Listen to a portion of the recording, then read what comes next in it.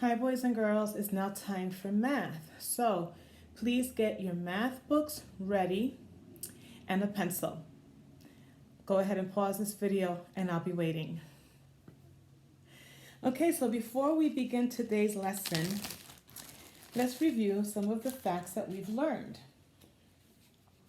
Okay, some of these we've already done. Let's go over them again. And we're going to just continue building, okay? So the next lesson that we get will build on these. Ready? Good.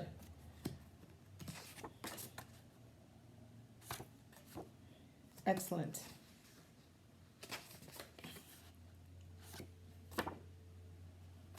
I'm going fast because I want you to be quick, okay? These basic facts, you should know them immediately. Beautiful. Good.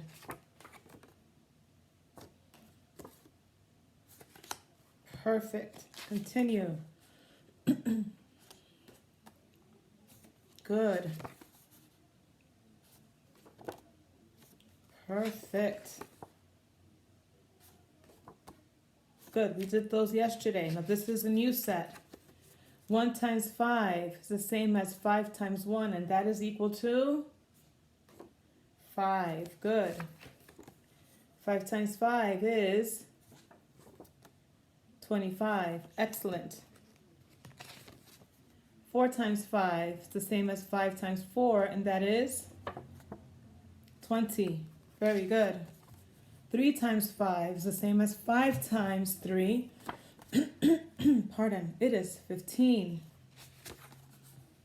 5 times 6, 6 times 5 is 30.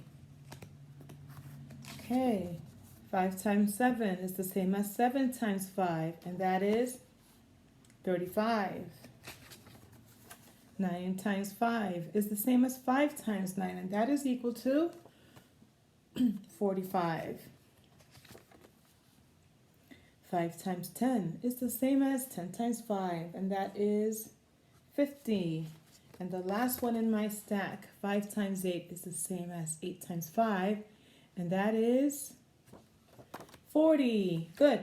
I suggest, there's a vocabulary word, that you rewind this portion of the video and go over it a couple of times, over and over and over.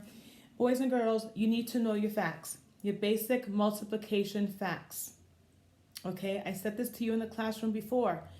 You should know these facts as if you knew your own name. What do I mean by that? No one says, what's my name?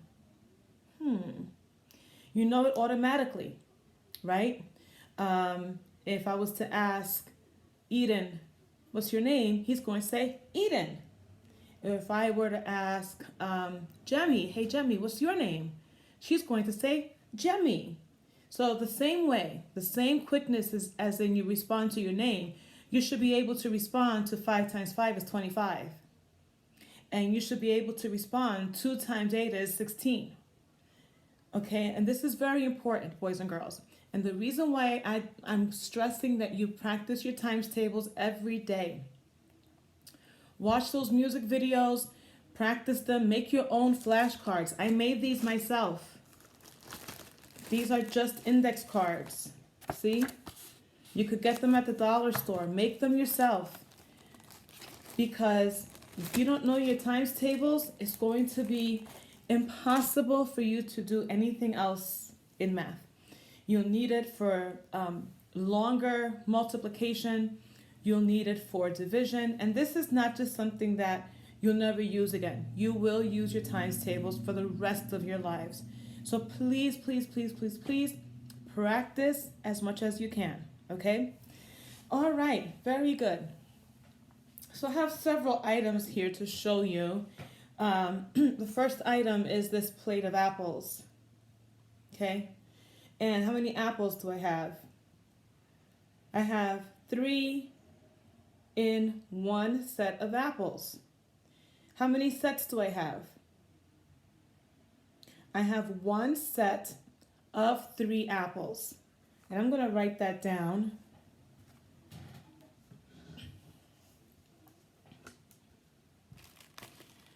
I have one set of 3 apples. As you can see from the video. One set of 3. And how much is one set of 3? It is equal to 3. So we say 1 times 3 is equal to 3. Good. Let's keep that in mind, okay? Yesterday I bought some muffins. I love muffins. And there's 2 muffins in the muffin tin. I have one set of how many muffins? 2. So how much is one set of 2 muffins? One set of 2 muffins is equal to 2. One set of 3 apples is 3. One set of 2 muffins is 2. 1 times 3 equals 3. One set of 2 is how much? 2. So we say 1 times 2 equals 2. All right, let's try one more. Let's see if you understand what I'm getting at. I have another item here. Okay, here we go. Here's a bag of whiteboard markers. One bag, one set. And let's count how many we have in this set. 1, 2, 3, 4, 5. We have one set of 5 markers. One set of 5 markers. How many markers do we have? We have 5 markers. One set of 5 is equal to how much? One set, oh, this marker is no good. Let me switch it. One set, oh, much better, of 5 is how much? It is equal to 5. So we say that 1 times 5 equals 5. What factor do all of these have in common? Let's see, 1 times 3 equals 3. 1 times 2 equals 2. 1 times 5 equals 5. They all have 1 as a factor. And the identity property, that's called the identity property. Can you say identity property? The identity property of multiplication says that any number multiplied by 1 is equal to that number. Doesn't matter how big or how small. Here I'm holding 1 marker, one set of 1 marker. How much is 1 times 1? 1. I could have 100 of these markers. I can have one set of 100 markers, and the answer is always going to be what? The other number. So one set of 100 is 100. Okay? So it doesn't matter how big the other number is. If it's multiplied by 1, it is still equal to that number. So for example, 1 times 7 is equal to 7. 1 times 10 is equal to 10. 1 times 8 is equal to 8. Simple, easy peasy, right? Very easy This is called the identity property. Now, if 1 times 5,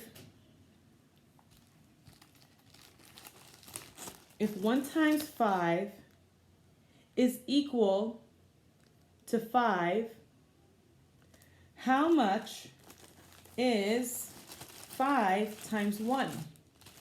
And 5 times 1 means 5 sets of 1. So here we have all individual sets. This is a set, this is a set. These are all individual sets. So 5 sets of 1, which means 5 times 1 is equal to what? It is equal to 5. 5 times 1 is equal to 5. 1 times 5 is equal to 5.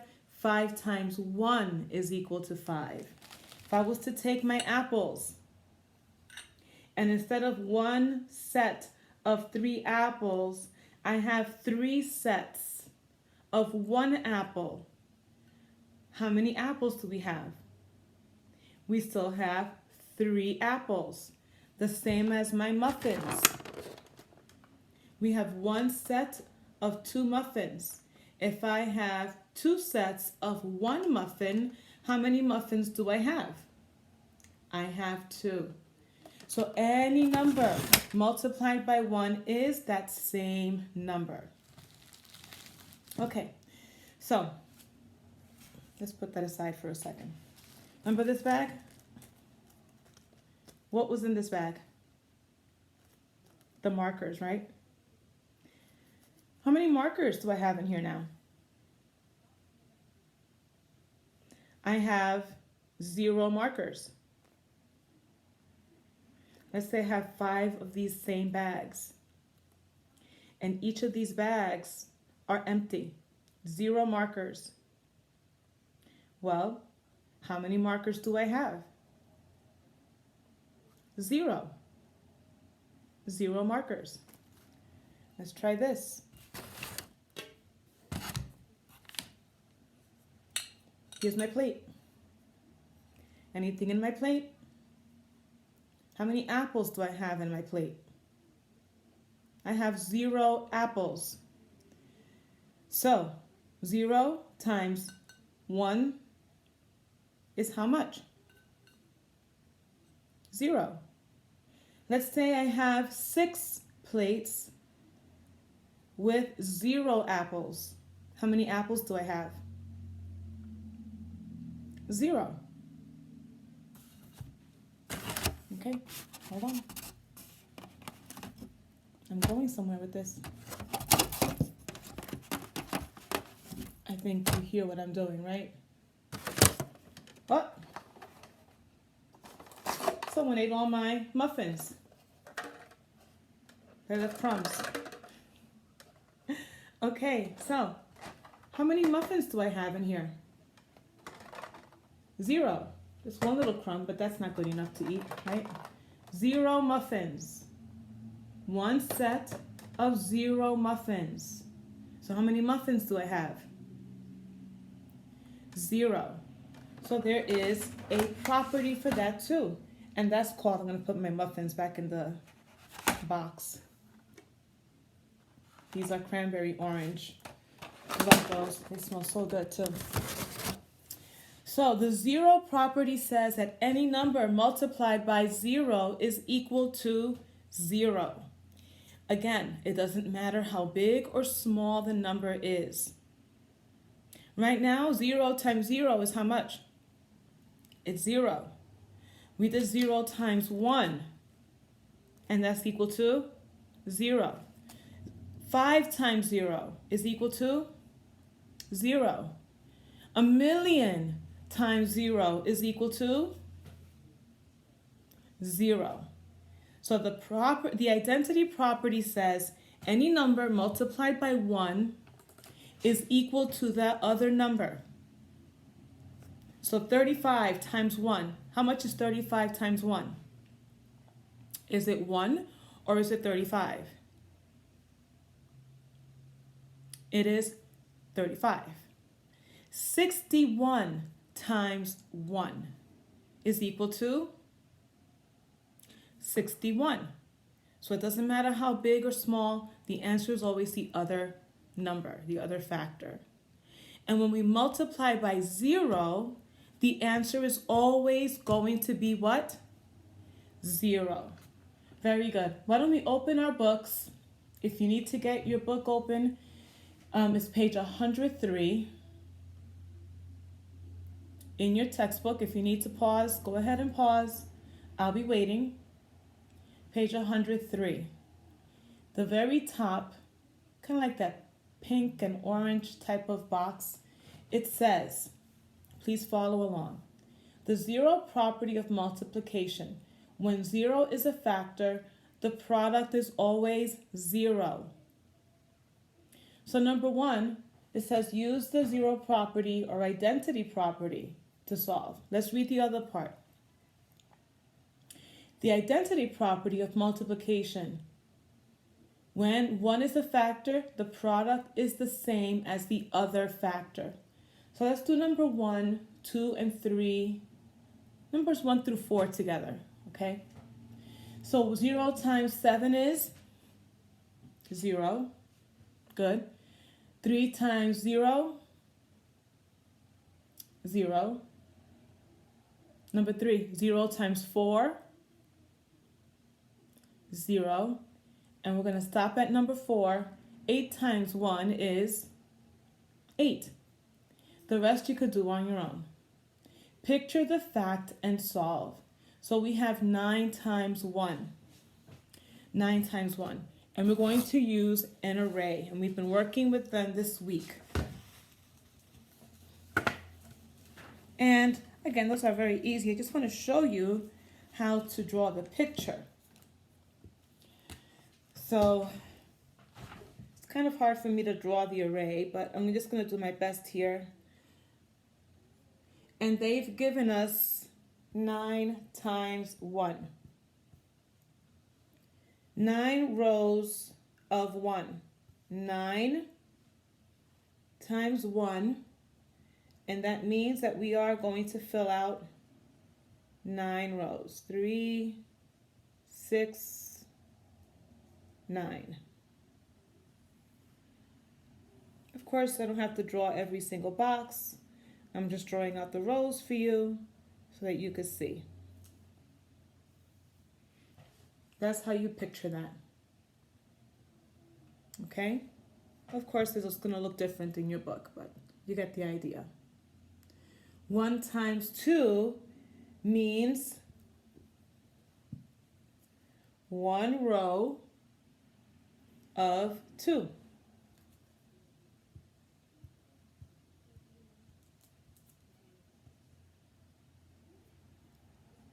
Okay? Like I said, it's hard to show it here. This is not the best way, but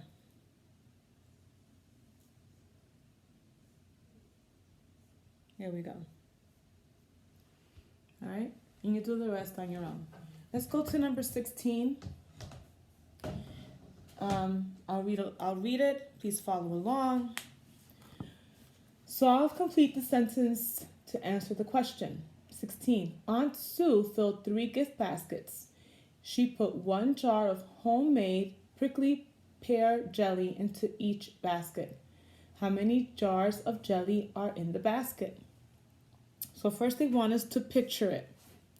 So there are 3 baskets, and she put 1 in each. So we have 3 times 1. 3 sets of 1. 3 times 1 is 3. And the answer is there are 3 jars of jelly in the baskets.